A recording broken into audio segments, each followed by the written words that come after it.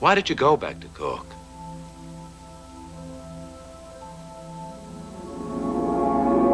I went back to see my brother Duncan.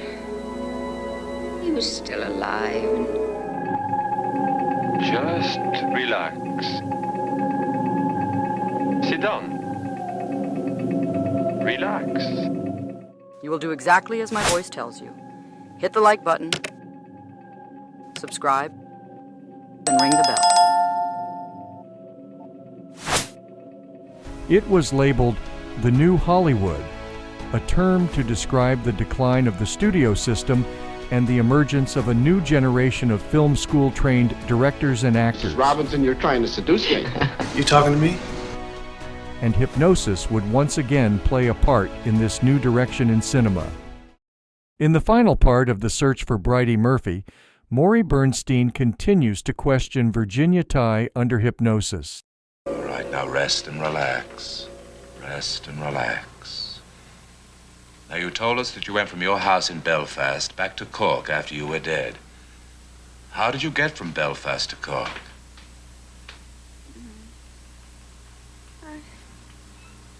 I just willed myself there. You did what? Willed myself there. How long did it take you? I don't know it. It wasn't any time. Why did you go back to Cork?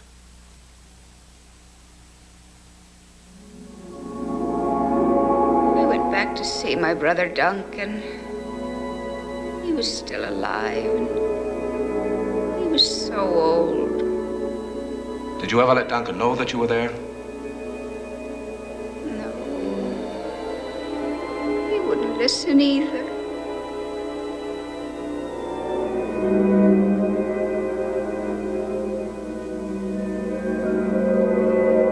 Well, in this afterworld, did you have any feelings or emotions?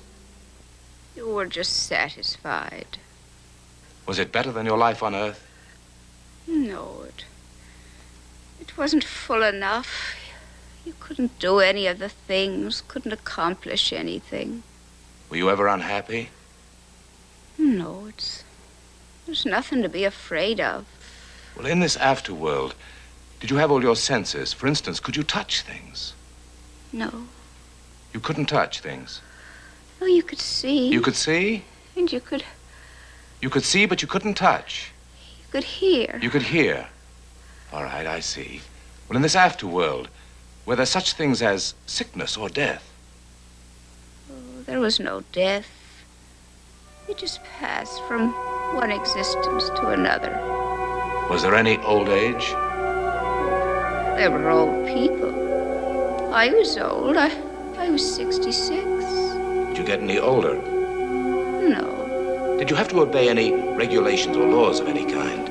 No. No laws or regulations? No. Nobody guided you? Nobody gave you any instructions? No. You just went where you will to go? You just did what you will to do? Yes. Well, did you ever eat anything? No. Never eat, never sleep, never get tired there. How did you spend all your time? Just watching. Did it seem like a long time, or did time mean anything? Doesn't mean anything. You didn't pay any attention to time? No night or no day. Did you ever have any pain? No. No pain? I see. Well, were there any such things as love or hate? Love those you left behind. Well, in this afterworld, did you have any attachments of any kind? Any family attachments or relatives? Oh, my mother... I didn't see my mother. My father said he saw her, but I didn't. You didn't see your mother? No. But your father told you that he did? Yes. How did you speak to each other? Oh, just like we always did. Did Duncan join you after he died? No, I didn't see everybody I knew. There were lots of people there I didn't know. Well, who did you see that you knew? I saw my little brother that died. Could he talk to you? Yes, he said he just remembered some things about me, but he didn't remember my mother or the house. He remembered some things about Duncan, but no, you couldn't talk to people very long. They'd go away. Well, could any of the people in that afterworld speak to any of the people who were still on Earth? No. You never saw it happen? Tried. Lots of people tried to talk to people, but they wouldn't listen. Well, while you were in that afterworld, could you tell the future for the people on Earth? Could you look at the people on Earth and see what was going to happen to them? Yes. You could? Yes. You could see the future? Yes. What makes you say that? Give us an example. I saw a war. A man there said there was going to be a war. That was before I was born. You knew what was going to happen if you were there. I see, all right. It didn't concern us. It didn't concern you. Can you tell me how you finally left that world? I left and I was born in America again. I was born in Iowa. Do you remember how you were born again? Do you remember how it was possible for you to be born again? I don't know it. It just happens. And you just don't remember. You remember some things, and then all of a sudden I remember just being a baby again. Mommy! Honey, what are you doing downstairs this time of night, huh? What's Mommy doing? She's asleep, honey, just like you ought to be. Now, come on, I'll take you back up to bed. I want Mommy to take me. She can't, sweetie. She's fast asleep. Now, come on. All right, I want you to clear your mind completely because you're coming back to the present time and place. Now you're back in the present time and place. You feel a comfortable, soothing sensation. I'll count to 5, and when I reach the count of 5, you'll awaken and you'll feel fine. 1, 2, 3, 4, 5.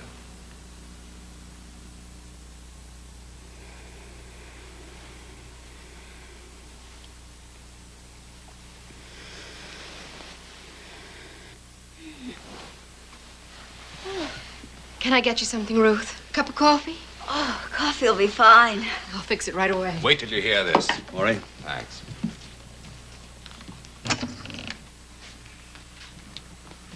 No, thank you. What do you make of it? I wouldn't be surprised if they turn out to be meddling with an energy violent enough to blow them right through the next world and into the one after that.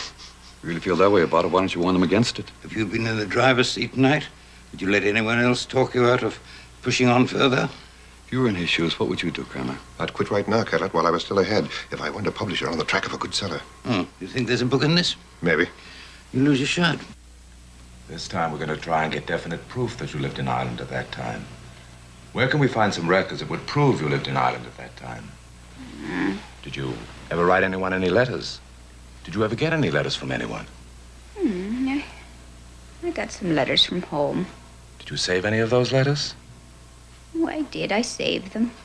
Well, did you have any favorite hiding places where you would hide, your own personal possessions, maybe some money, or those letters, or anything else? Did you have any favorite hiding place? Why do you want to know? Well, we're just trying to find out where we could find some written evidence, some records that would prove you lived in Ireland at that time. I had them in the hut. The hut? In the house. Any particular place? Oh, I had them in the... Well, you know where the... Well, there's a little pewter dish, and it's a funny brown color, and it's on the second shelf. The second shelf of what? Who are you? I'm your friend. I'm your friend. Oh, yes. We've traveled before. Traveled before? Mm-hmm. Well, that's good. Now, you told us that you like to go dancing. Can you give us the name of any one place where you went dancing? Mrs. Strain's Hall. Was that the place you told us about before, where you went to school? She had a hall. I didn't go to school in the hall. I see. All right, now, clear your mind. Clear your mind completely. Now, let's go up to the time of your death. You told us that you attended your own funeral, that you watched them bury you. Is that right? Mm-hmm. Well, if you remember that, you must remember what year it was. Perhaps they had it marked on the grave or on the tombstone or wherever they marked it. Now, what year was that? Are you looking at the tombstone now? Mm-hmm. Well, read the whole thing. What does the whole thing say? Read the whole thing besides the numbers. Bridget, Kathleen, M. McCarthy. What does the M stand for? Murphy. For Murphy, all right. What else is on the tombstone? Are there any numbers on the tombstone? 1, 7, and I think it's a 9 and an 8. And there's a line. A line, all right. And a 1 again. 1 again? And an 8 and let's see, 6. And Brian says they didn't make it very plain. Brian said they didn't do it very plain. Well, he was upset about it. He was? It's a 4, though. 1864. Did they make out a death certificate? Did they make out any kind of a death certificate or publish anything in the newspapers? Well, why don't you ask Father John? Where else could we find some records? Was there a marriage certificate? Boy, I believe there was. Oh, sure, they had to publish the banns. Father John had the banns published. Oh, the church would have some records. Oh, I'm sure they would. Well, what kind of We records? had to give a tithing. Tithing? Yes, we had to be obligated. I had to sign the record. I wanted not to do it, but Brian was very certain that we must. And do you know that when we got married, they had to put it on the church board? Put it on the church board? And there they would have all about us. Where we were from, and how much money we had, and everything. Everybody in the family that ever got hung. Now, where did you get married? Did you get married in Cork or in Belfast? In Cork. You sure it was Cork? I got married so that my folks could see me. They weren't happy about it, you know, and they felt they were losing me, and my father was very upset about it. That's why I didn't tell them I got married again in Belfast, too. Oh, I see. You first got married in Cork, then you were married again in Belfast. I didn't get married in the church, though. I just did it to make Brian happy. Don't you repeat that. No, that... You repeat things. No, I don't. Yes, you do. I won't repeat that anyway. When you finally got married in the church, did you become a Catholic? No, I told you I didn't. I didn't accept it. I didn't get married in the church. I got married in Father John's room. Father John's room? He did it as a favor. I see. It was just for the church record and for the children we didn't have. I understand. I didn't condemn him. What did you say? I didn't condemn Brian. It's the way he was brought up, and he didn't condemn me. I see. I promised if we had any children, they'd be brought up the way he wanted. I see. All right. Rest and relax. We're trying to find things that'll prove who you are. Now, one thing about your father. What did you say his name was? My father? Yes. Duncan. Are you sure that Duncan Murphy was a barrister? That's what he told my mother and me. You think he was a barrister? Yes. Did he do any other kind of work? He did some cropping. Some what? Cropping. What's that? Cropping to grow things. Oh, I see. And your brother Duncan, was he a cropper like his father? Yes, he was. He was supposed to be. It's the way it went. Was Brian really a barrister?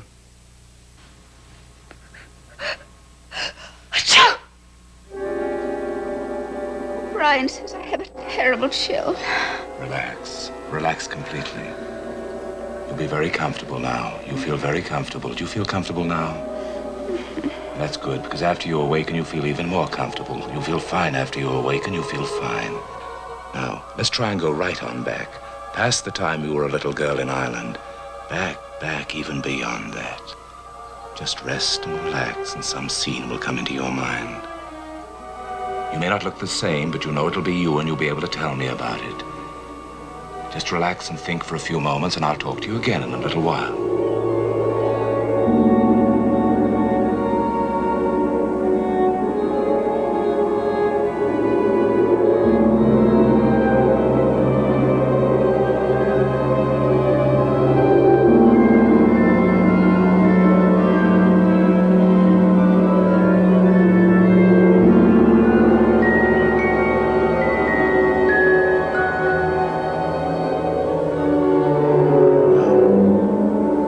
Some scene that you remember. Tell me about it.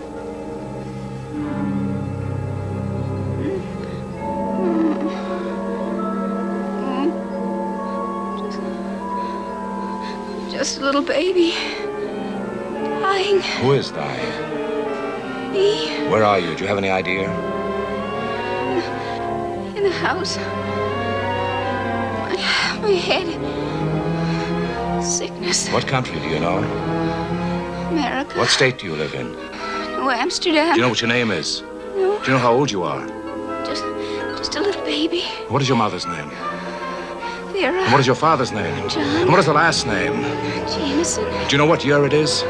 But you know you're in America. Yes. How do you know? I don't know, just know. And did you die? Yes. How did you die? I'm sick. Sick with what? My arm hurts. How does your arm hurt? My leg, it hurts. Your leg hurts? Oh, no, it hurt you then, but it doesn't hurt you now. Morey, get her away from what she's seen. All right, we're going to forget about the life in New Amsterdam. We're going to forget about the life in New Amsterdam. Now, clear your mind and forget all about that. We're coming back to the present time and place. We're coming back to the present time and place. We're coming back to the present time and place.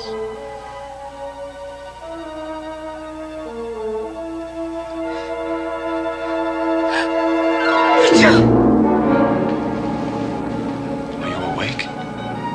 Relax. How do you feel? Could I have a linen? What's a linen? Relax. I need a linen. She must mean a handkerchief. Yes, we're getting you a linen. Here. Now close your eyes. Relax. Close your eyes. Relax. Close your eyes. Go back to sleep. In a few minutes, I'll awaken you. All right.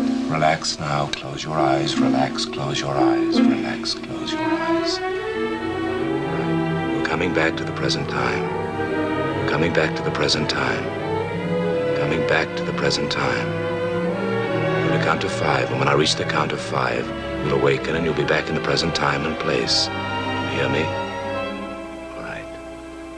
1, 2, 3, 4, 5. Do you hear me? All right. Now, do you know where you are?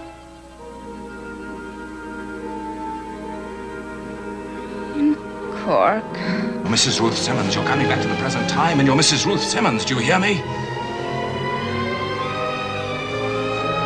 Brian says I have a chill. Get her back as fast as you can. Rex, the window. Do you hear me? You'll never have that chill again. That chill will never bother you again. I'm going to count to 5, and when I do, you'll awaken at the count of 5 of Mrs. Ruth Simmons. You'll be back in the present time and place. Do you hear me? Ruth, can you hear me? Can you understand what I'm saying? All right. 1, 2.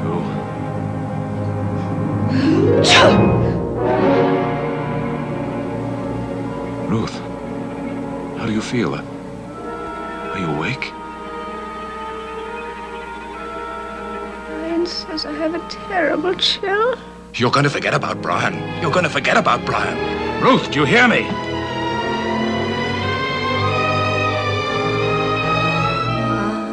Father's girls are dancing down. Father's girls are dancing down. Say anything, but keep talking. You're going to forget that song. You're no longer Bridey Murphy. You're Mrs. Ruth Simmons, and you're back in the present time and place. Ruth, I want you to close your eyes and rest and relax for a few minutes, because during these few minutes you will get wonderful relaxation, even more relaxation than during a normal sleep. I will stop talking, and in a few moments you will get very deep relaxation, so that after you awaken you feel especially fine. I will talk to you again in a few moments.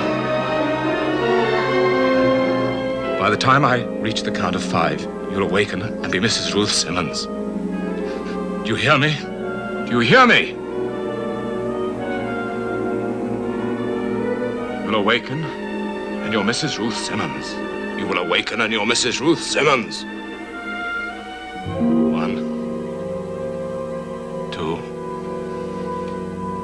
3, 4, 5.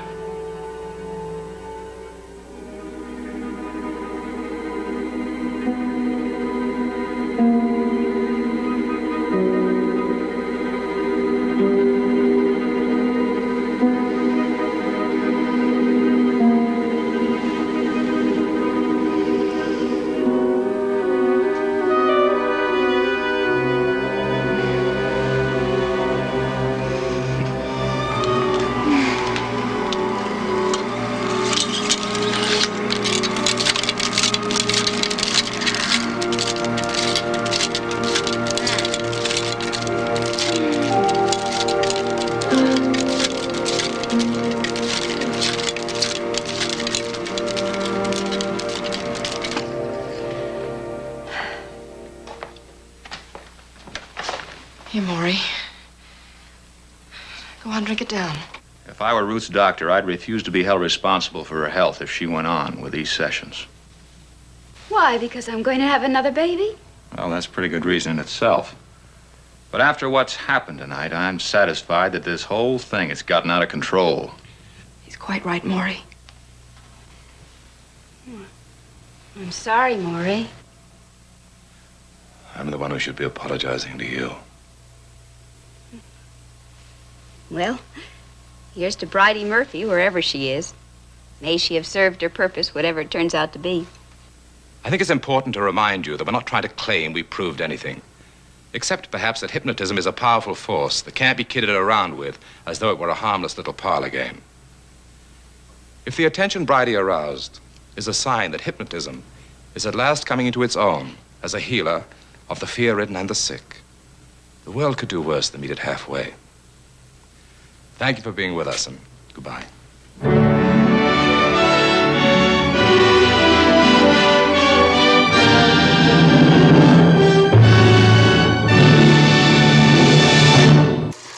Next time on Hypnosis in the Media. Now you are traveling back through time and space. Farther, farther back. Back. Thanks for watching until the end. If you want to see more, just hit the subscribe button. I hope you enjoyed this episode of Hypnosis in the Media. I'm Meg Register, a certified clinical hypnotherapist, as well as an advisor and co-producer of the series. If you're interested in learning more about hypnosis, I welcome you to contact me for a free phone consultation to find out if hypnotherapy can work for you.